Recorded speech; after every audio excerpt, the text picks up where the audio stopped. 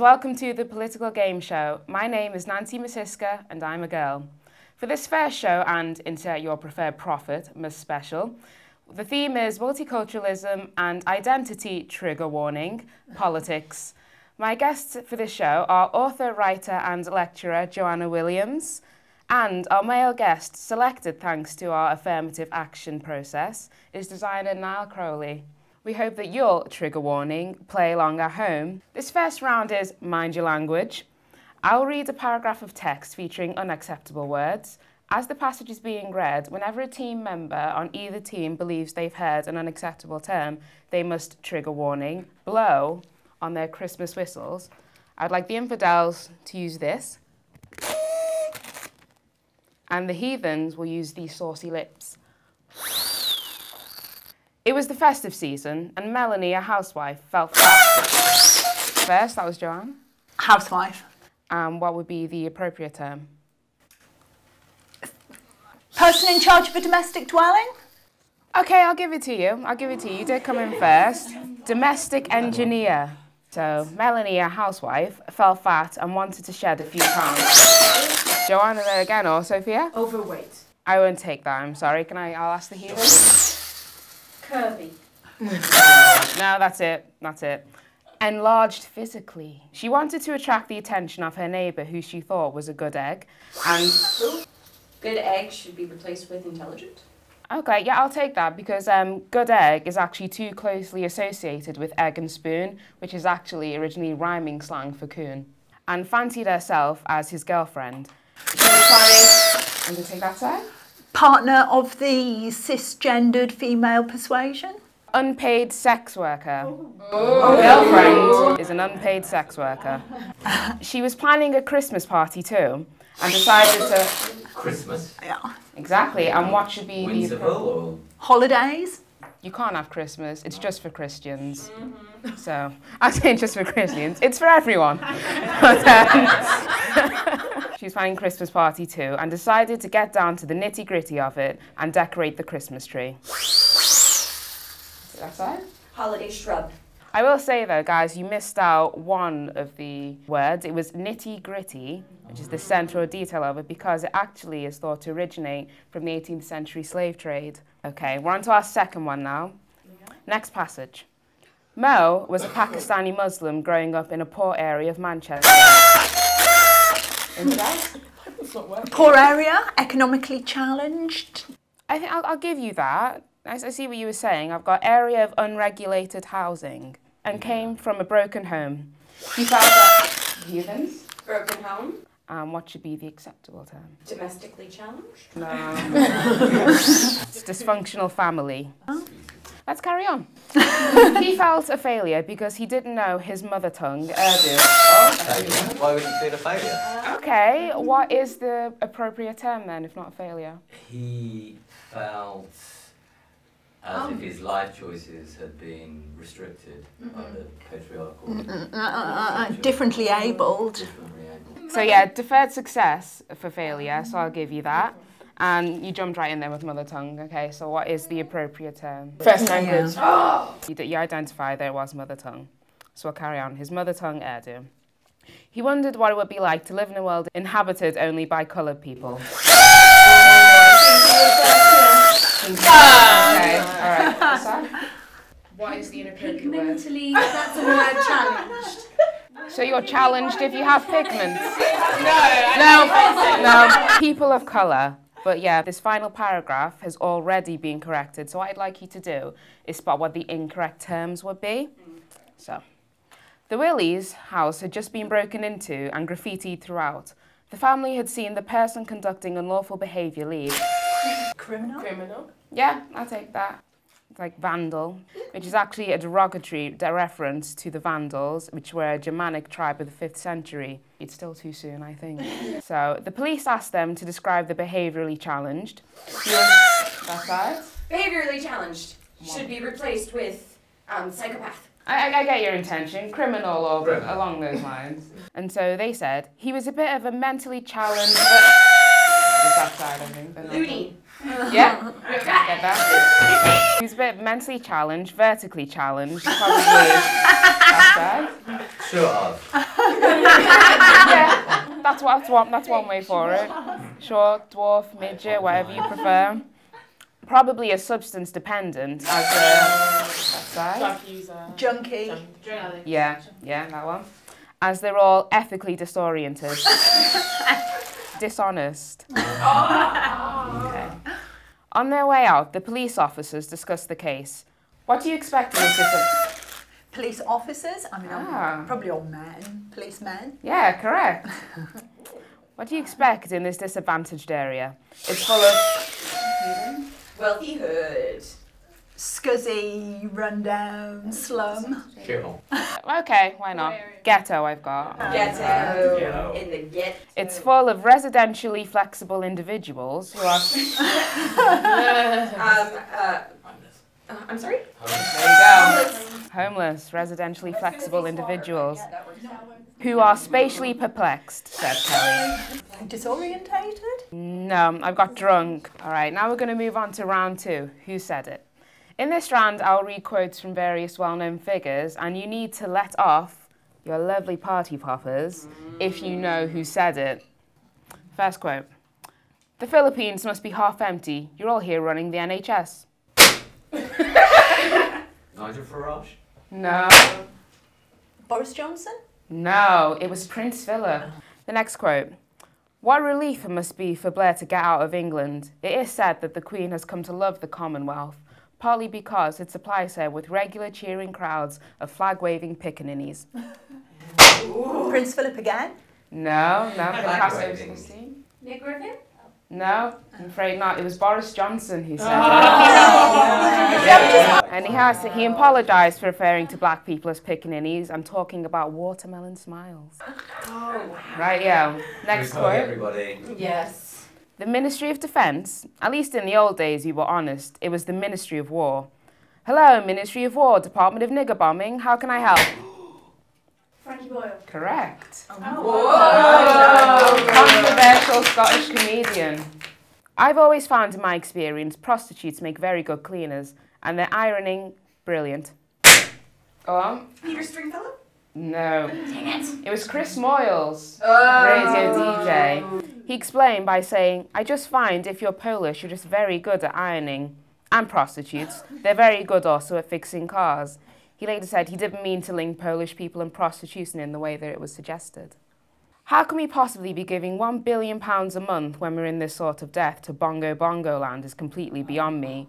To buy Ray-Ban sunglasses, apartments in Paris, Ferraris and all the rest of it goes with most of the foreign aid. That was a UKIP councillor, wasn't it? Correct. It was Godfrey Bloom. It was the same one, you said. Yeah. Be like Mario. He's an Italian plumber created by Japanese people who speaks English and looks like a Mexican. He jumps like a black man and grabs coins like a Jew. Who was it? Mario Balotelli. Correct. All right, this next round is trigger warnings on your blower. For this round, we'll consider trigger warnings, but first, for a bonus point, actually, bonus 2 points, I want each team to give an explanation for what trigger warnings are and what you make of them. It's a very considerate warning given out in sort of a preemptive manner so that people may leave the room or change channel or whatever, in whatever scenario, so as not to get offended by what's about to happen. And what do you make of it personally? So they're obviously very, very sensible because the only logical outcome is anything could be potentially triggering to anyone. All right, now on to the heathens. Really, nobody until recently has taken any notice of what our fragile our mental state and how easily offended we are. So trigger warnings are a great way of letting people know in advance that they will be offended or potentially upset, traumatised. And it's a very, very good thing that people get to know in advance. They'll potentially become a quivering jelly. All right, great answers from both teams. So now on to the main round. I'm going to read out to each team a list of 5 items for which trigger warnings have been recommended. Then we'll start the timer. Okay, so for the infidels, your items are number 1, F. Scott Fitzgerald's The Great Gatsby. Number 2, Downton Abbey. Number 3, Shakespeare's The Merchant of Venice. 4, Virginia Woolf's Mrs. Dalloway. And 5, Chinua Achebe's Things Fall Apart. For the heathens, yours are Suzanne Moore's Twitter bio line, 2, Thomas Hardy's Test of the D'Urbervilles, William Shearer's The Rise and Fall of Adolf Hitler, 4, Harper Lee's To Kill a Mockingbird, and 5, the Bible. So you have 2 minutes starting now. Right, so I think you could get sexism because it would be trigger warning sexism. The Merchant of Venice is definitely anti-Semitism. Yeah. So, I think Gary might be homophobia as well. Let's go to the infidels first. What have you got for, what is the trigger warning for F. Scott Fitzgerald's The Great Gatsby? May contain sexism and ostentatious displays of excess wealth. It's misogynistic. There's also a reference to gory, abusive violence. Okay, Downton Abbey, what do you have for that? Sexism, racism, ageism, imperialism. It was actually, there was a rape scene on the episode, spoiler alert. Anna Bates, she was the victim of rape. Yeah, that's true. And then evil Mr. Green ended up getting killed and everyone started accusing shady Mr. Bates. So for number 3, Shakespeare's The Merchant of Venice. Do you want to say this one? Yeah, anti-Semitism. Yeah, correct. 4, Virginia Woolf's Mrs. Dalloway. Ageism and sexism. Homophobia. Suicide, I've got, is the correct answer. Suicide. And your final one, do you know where Chebe's things fall apart? We had racism, imperialism, classism and hierarchy, but also there's quite a lot of violence in that one too. Yeah, you've got a mixture of what the answers I've got here. We've got racism, colonialism, religious persecution, violence, suicide, and as you said, more. The heathens, what have you got for Suzanne Moore's Twitter bio line? Sexist towards transgender. Yeah, transphobic. 2, Thomas Hardy's Test of the D'Urbervilles. Sexual assault and Tess is basically a fallen woman. Yeah, the main one was, the sexual assault. William Shearer's The Rise and Fall of Adolf Hitler. Anti-Semitism, sexism, racism. So and with William Shearer's The Rise and Fall of Adolf Hitler, it depicts the horrors of the Holocaust. It's the main trigger warning for that. 4, Harper Lee's To Kill a Mockingbird, what do you have? Racism. It was the use of the N-word, really. And the last one, the Bible. I find it to be rather offensive towards people who have their own preconceived notions on whether or not the world is going to end. So the Mayans, predicting December 12th of 2012, shouldn't have felt so offended by the Bible that they had to wipe out their entire civilization. You've got incestuous rape, there's murder, there's patricide, matricide, fratricide, human sacrifice and slavery. So a lot of trigger warnings for the Bible. Now, to complete this round, as trigger warnings are being called for across US universities and now in the UK, and it's already a case across the net, we should consider whether it should be applied to speech. So, you need to do, with the passages you've got in front of you, teams, figure out where the trigger warnings you believe should go. I'm going to give you a couple of seconds to compare, discuss where you should go, and then we'll read them out. 3, violence. Time's up. So, infidels. So we had, I was trigger warning walking. What about those disabled or people that, cannot? Differently abled, I think is the term you're looking for. Sorry, even down the street last night when I saw a trigger warning elderly, trigger warning woman, get trigger warning mugged. I later learned trigger warning she had been a trigger warning witness that day in trigger warning rape trial, and this could have been trigger warning violent retribution. On to the heathens. Jennifer was trigger warning, suffering from trigger warning bulimia. She felt trigger warning enslaved by this trigger warning debilitating disease. Excellent job, guys. I'm going to award 4 points to you as well. Right, now we're moving on to round 4, which is identity speak. So for this round, we're looking at explanations of identity politics terminology. So teams, using your blowers, if you come in if you have the answer. So the first word, transsexual. Transsexual is a person who is reassigning their gender from their gender that was assigned to them at birth by the patriarchal society that we live in. Yeah, that is correct. You get a point. A person who lives as the opposite gender of their sex. The process of changing one's gender can involve any or all of the following: changing use of pronouns, changing names, changing clothing, taking hormones, and or undergoing sex reassignment surgery. So, good job. Second word, cisgender. Our team? Somebody who, a very fortunate type of individual who is happy with the sex that they were born into and identifies their gender with the sex that they happened to be assigned at birth. Team. Yeah, you got it. Third one, heteronormativity. Oh, infidels? The assumption that white heterosexual males is the norm for understanding the way the world works. So yeah, institutionalization of heterosexuality in a society which results in the marginalization of non-heterosexual lifestyles, where heterosexuality is viewed as the only normal or acceptable sexual orientation. Good job. Fourth word, homonormativity. My presumption is that it's the same as what's been explained, but for homosexual relationship. Let me inform you. It upholds neoliberalism rather than critiquing monogamy, procreation, and binary gender roles as heterosexist and racist. Fifth one, intersectionality. Oh, blimey. It's where particular identities cross, so disabled, black, lesbian would be the intersectionality, intersectionality. Yeah, no, I get Recognising multiple oppressions.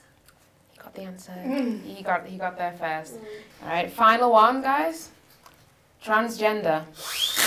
Transgender, I believe, is somebody who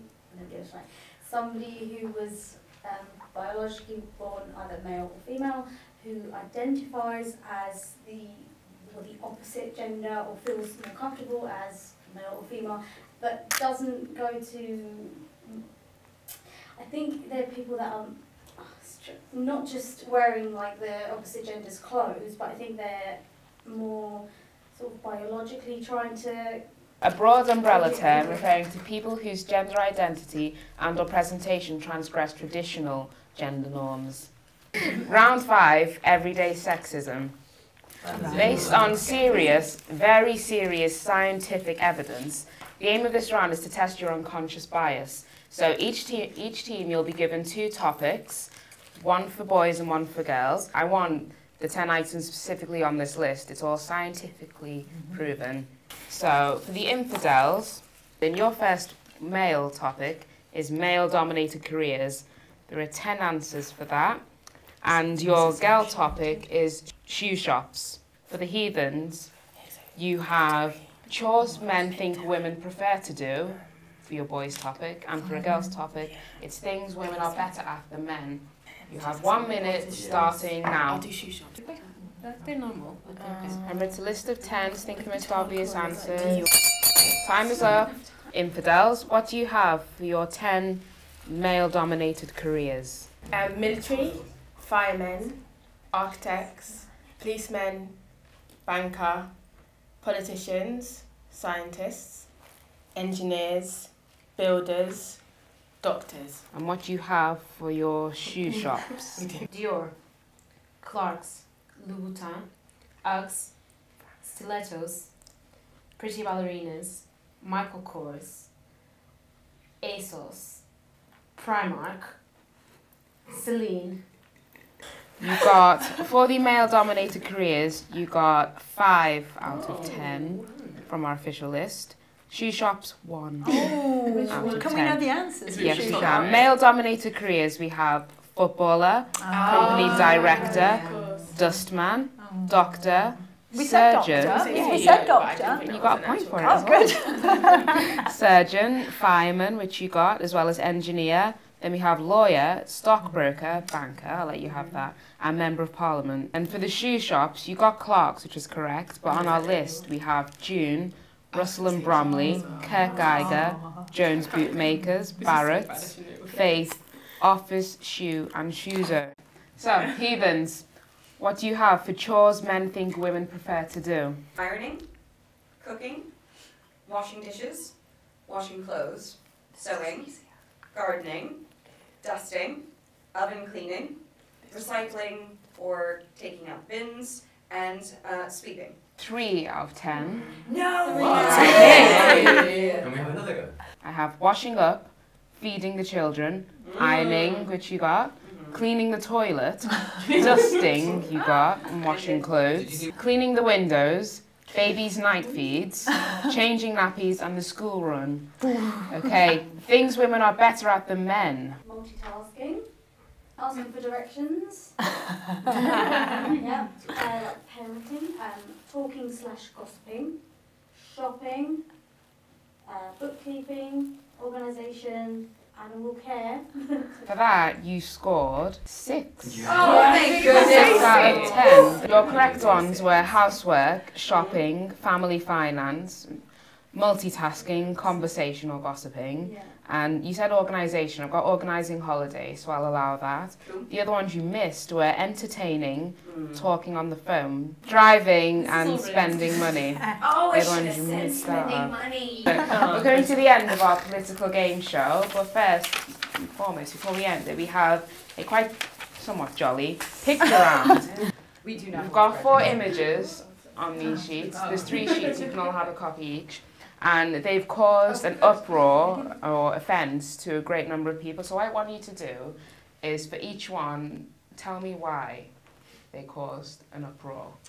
I want you to use your party popper if you feel you have the right answer for me.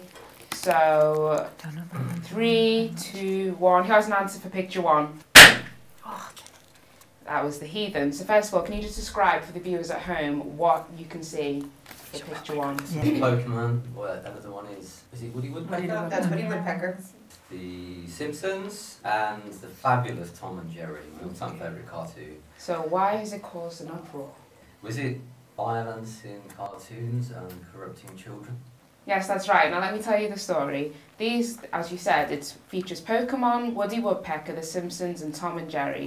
And it was they were all banned in Uzbekistan as a child protection measure after the government warned that the Western entertainment industry creates characters out of animals that are not common to kids' understanding. So mice and rats are imposed as friends, for example, and these programs do contain some violence. Everybody, if they're ready, who can tell me? That was good. It was us. Yeah. So, can you describe for our viewers, what is picture number 2? It looks like a burger right there. It's got a Hindu goddess. I'm not sure which one. And I think that was controversial because Hindus do not eat meat, especially that might be a beef burger, especially not beef. And I just, It's Burger King. There's a Burger King stamp in the Okay, corner. yeah, Burger King. And yeah, that would be offensive because it's one of the fundamentals of that religion not to eat meat. 5 points again to the heathens. Burger King was forced to apologise to Hindus after it showed a revered Indian goddess with a forbidden Whopper burger. The Texan Whopper is an affront to Hindu sensitivities in its own right. It includes an all-beef patty, a beef chili con carne slice, egg-based Cajun mayonnaise, which are all forbidden by strict Hindus. Some devotees would even be offended by the inclusion of onions, which they believe inflame passions.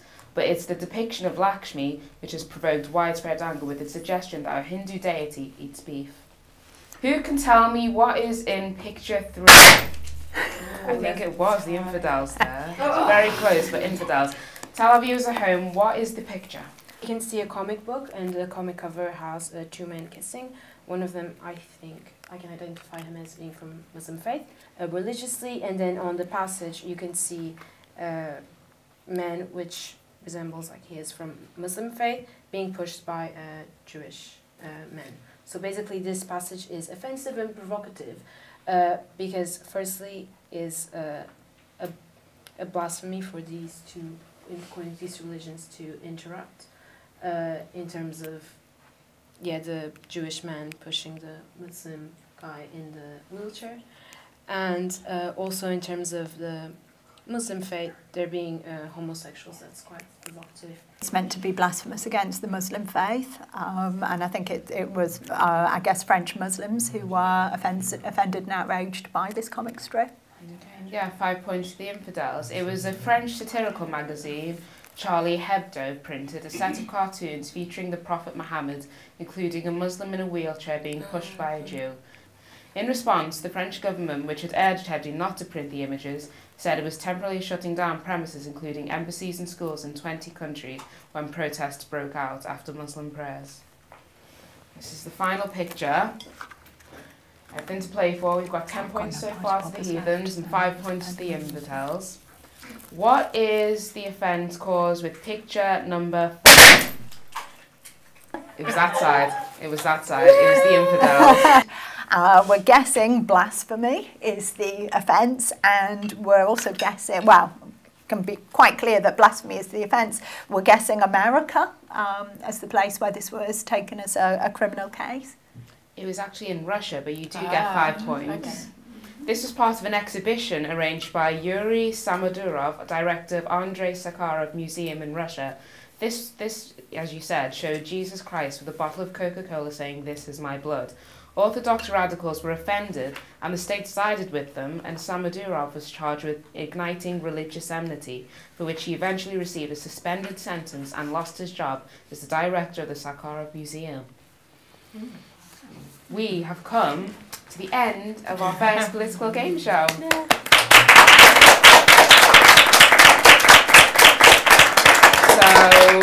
nail-biting point, I want the judges to please add up the scores for both teams. The infidels have 42 points. Woo! 42 points. The heathens, have they done Esha? The heathens have a score of 48.5. Oh.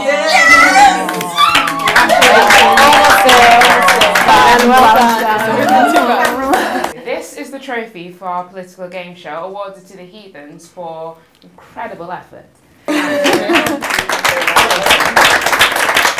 Commiserations to the losing team. You experienced deferred success. Well, I'm afraid that's all we've got time for this political game show. I'd like to thank our special guests, Joanna Williams and Niall Crowley, for getting involved, and also to all our volunteers and the crew.